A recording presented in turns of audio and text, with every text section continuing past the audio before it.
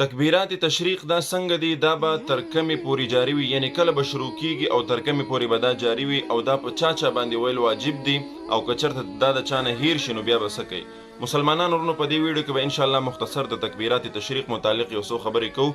ویډیو مکمل وګورئ، تر اخره پورې وګورئ او د ثواب په نیت نور مسلمانانو سره ضرور شیر کړئ. تکبیرات تشریق دا به انشاءالله شروع کیږي د منګل د ورځې نه واخله، د منګل ورځې د سحر نه واخله تر د هفتې ورځې مازدیګره پورې، یعنی د 9 ذوالحجې د سحر نه واخله تر 14 ذوالحجې مازدیګره پورې به دا تکبیرات جاری وي د هر مونځ نه پس. بیا دا تکبیرات په چا باندې واجب دي؟ دا تکبیرات واجب دي په هر نارینه او زنانه باندې چې هغې مونځ کوي. په چا باندې چې مونځ فرض دی دا تکبیرات په هغه کس باندې واجب دي، هغه که زنانه وي او که هغه سړی وي، که هغه مقیم وي که هغه مسافر وي، هغه که هر څوک وي خو دغه تکبیرات په هغې باندې به واجب وي. او ورسره دا به څنګه وایي؟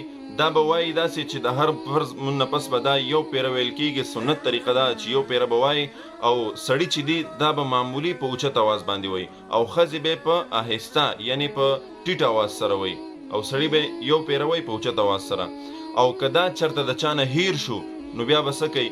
نو طریقه داسې ده چې اوس مثال تا مونځ وکړو، د مونځ نه پس دا ویل پکار دي، فوراً بعد د مونځ نه پس دا ویل پکار دي.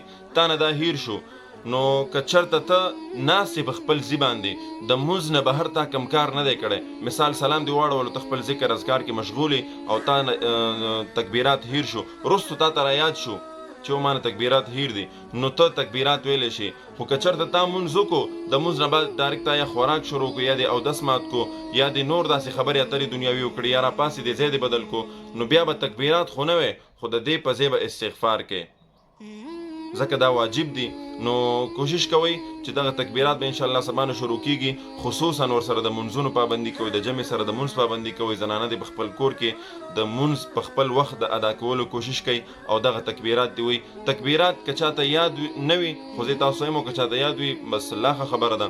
تکبیرات داسې دي چې الله اکبر الله اکبر الله اکبر لا اله الا الله والله اکبر الله اکبر ولله الحمد. دا جی دی تکبیرات تشریق. نو کوشش کوئ مسلمانانو ورونو چې د دې پابندي وکړئ او الله رب العزت دې وکړي چې موږ ته په دې باندې عمل نصیب شي. واخر دعوانا ان الحمد لله رب العالمین.